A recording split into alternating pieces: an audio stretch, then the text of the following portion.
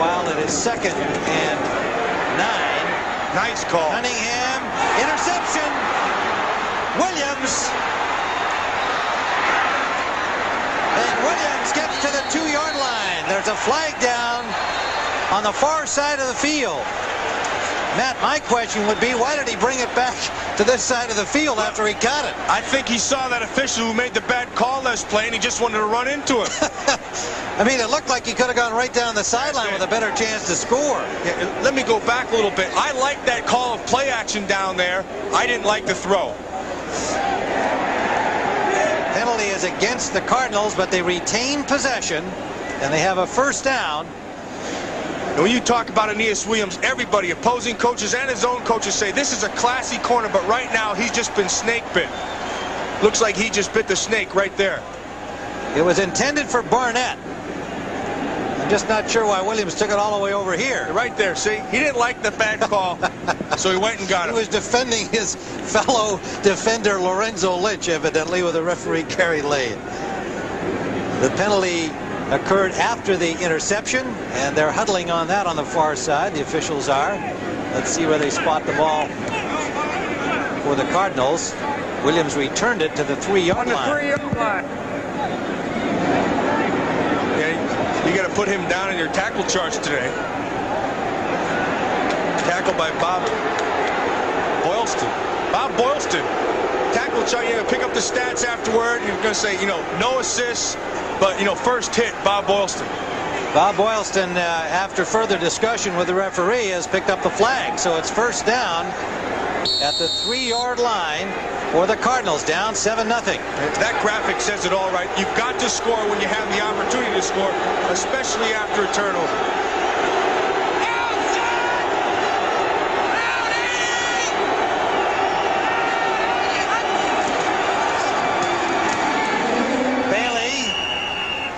Got 2 yards down to the 1. Philadelphia Eagles have not allowed a rushing TD at all this year. Seth Joyner made the tackle there, trying to preserve that statistic. And that's something you really take pride in from a defensive standpoint. And that starts up front. That starts out with Reggie White and all the people down inside. But Reggie is the leader of that front. And you'll expect a big play from your big play people right now.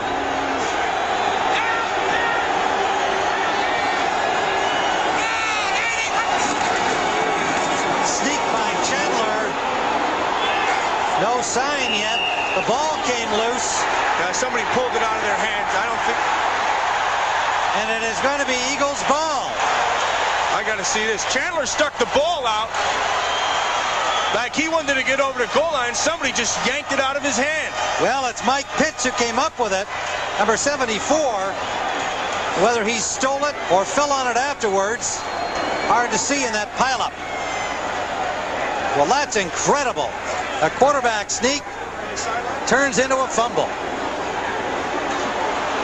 Penalty is against the Eagles. Watch Chandler now. He's going to go past his center. Now he pushes the ball out. Oh, the ball did come out. That is a fumble, but it makes no difference. The Eagles were off sides, and you know what? They got to be kicking themselves. What an incredible turn of events here in 3 consecutive plays. So the Cardinals get a huge break there. Chandler fumbling into the end zone. Offside Eagles.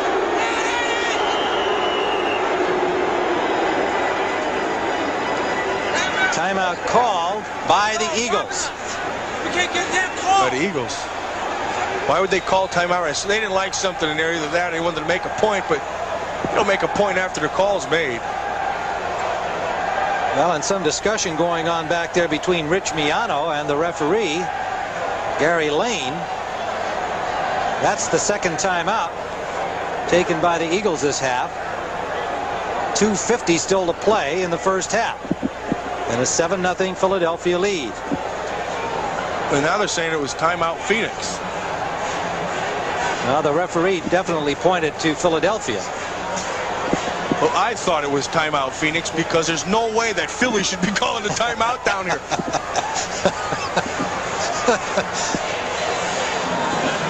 Well, we've had a number of strange events in this first half and only 7 points scored. Yeah, and Tim, that brings us to matchups. You know, why do teams match up so well with each other? Why do the Phoenix Cardinals, who is not a good football team as the Philadelphia, why do they match up so well? And I think it boils down to familiarity with each other. Yeah, they say quite readily they're happy to play the Eagles. They think they've got a shot every time.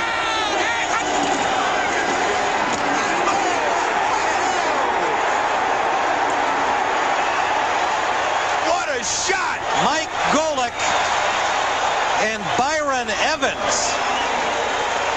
You don't have to say a word. Just tune your hearing aid up and listen to this.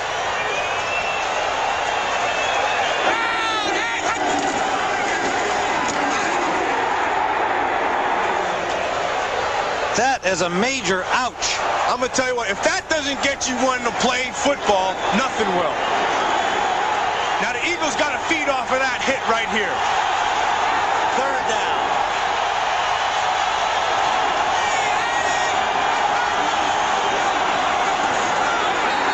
Bailey. There's a Not flag. there. There's a flag, and it appeared to be offside Eagles.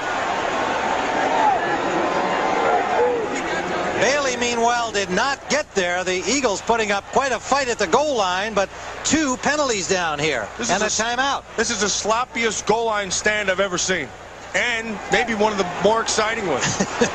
What a great shot that last.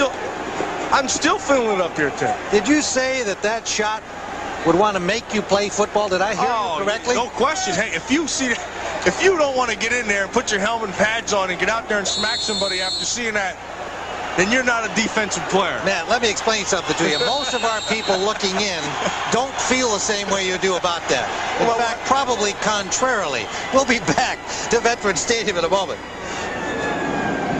Third down, that's what they need after that penalty. 2 minutes to play in the first half.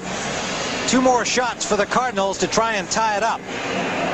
You know, it all starts inside there with Harmon and Golick, but you know what? We have not seen them run at Reggie White the whole time, so he hasn't been a factor because they haven't let him be a factor down here. Well, let's see if he jumps into the middle or stays on the left side. He's outside. Chandler trying to get the ball over. Another flag is down.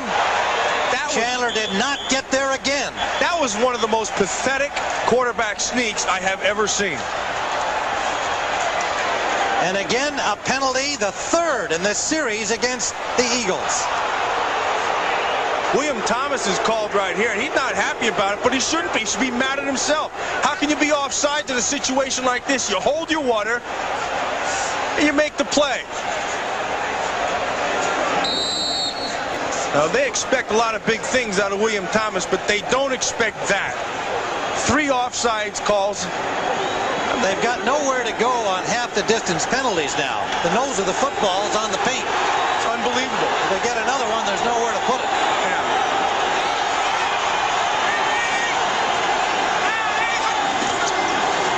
Bailey. No. Great defense.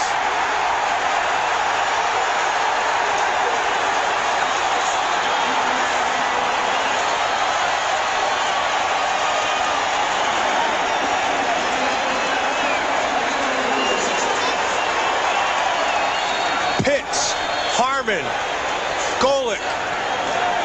That's where the heart of your defense is because they take everything out from underneath. It's a game of leverage.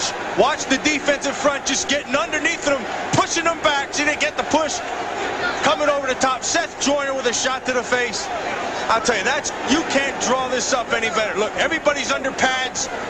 Bailey trying to go over the top.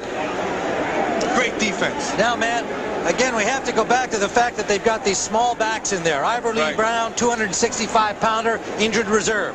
Johnny Johnson, 215 pounds, the chest injury. They really wanted him to play today. That's apparent from what has been said and not said by the Cardinals.